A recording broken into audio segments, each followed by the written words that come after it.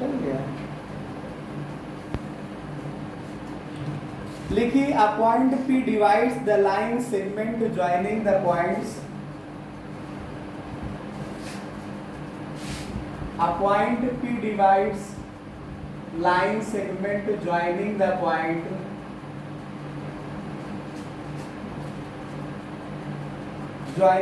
point A3 comma minus का 5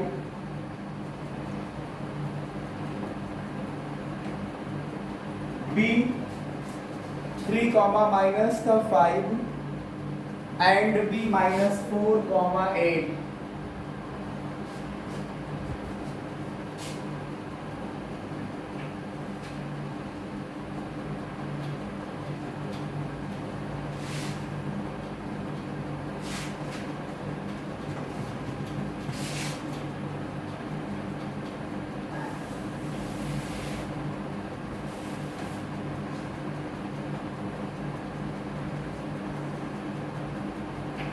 लिखना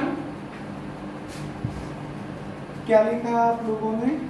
हम लोगों ने लिखा है कि a point P divides the line segment joining the points A 3 comma minus का 5 and B minus 4 comma 8 such that AP ratio PB is equal to K ratio 1।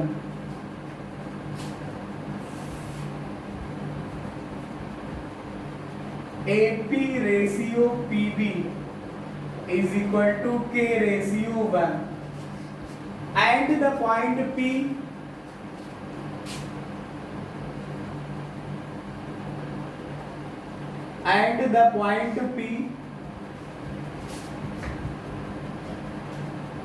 lies on the line x plus y is equal to K।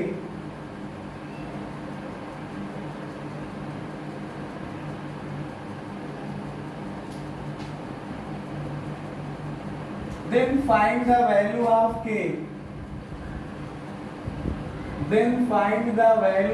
K।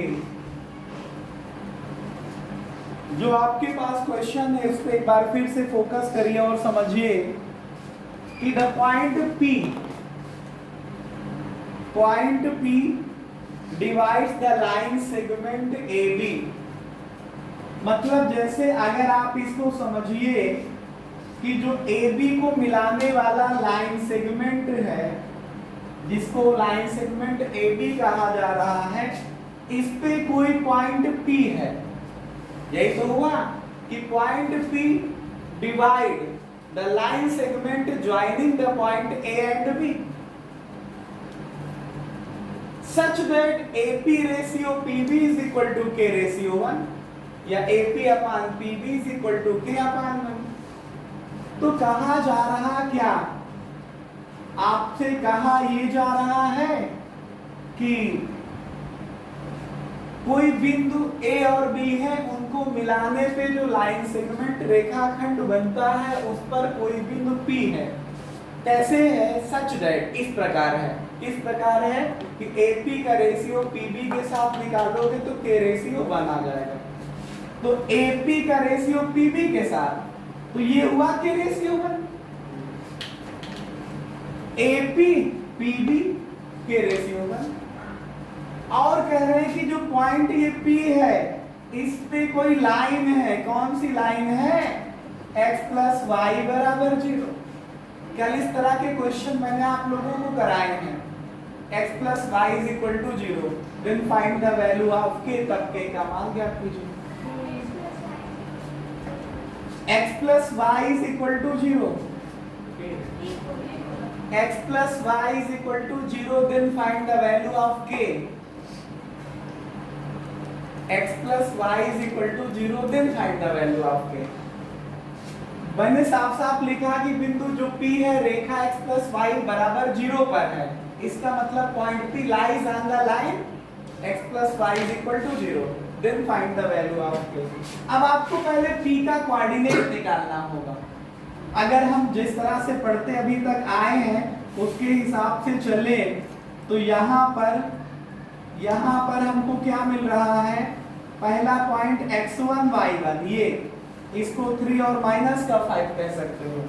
दूसरा point x2 y2, x2 की value minus का 4 और y2 की value 8।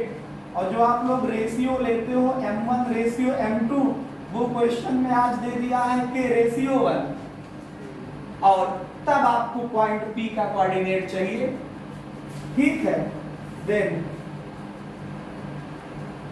Coordinate of point P या बिंदु P के निर्देशांक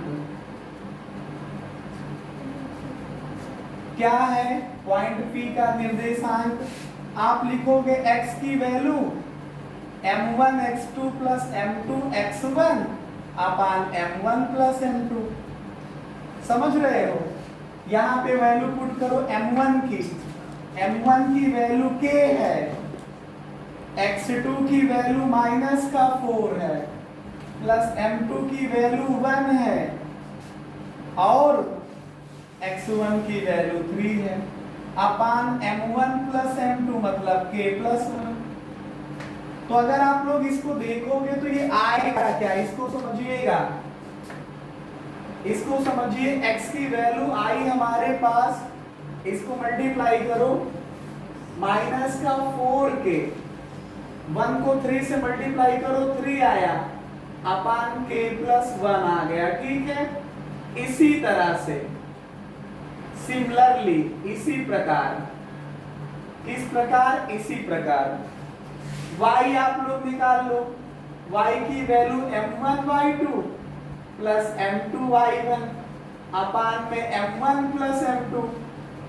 तो y की वैल्यू निकालो तो m1 की वैल्यू क्या है? k है। y2 की वैल्यू क्या है? -8 है, प्लस m2 की वैल्यू 1 और y1 की वैल्यू क्या है? माइनस का 5 है, अपान m1 प्लस m2। मल्टीप्लाई करो, 8k आ जाएगा, इसको इसमें मल्टीप्लाई करोगे तो माइनस का 5 अपान k प्लस 1, ये y आ गया। तो कोऑर्डिनेट ऑफ पॉइंट P निकल आया।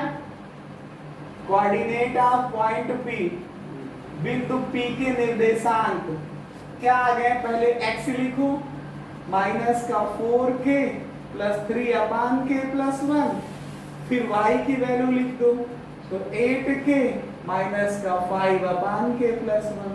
अब बताओ जो ये पॉइंट P है कहाँ पे है? Line x plus Y is equal to 0 पे है। तो इसका मतलब पॉइंट P स्थिर होने का मतलब इस कंडीशन को सेटिस्फाई करेगा। सेटिस्फाई करने का मतलब संतुष्ट करेगा।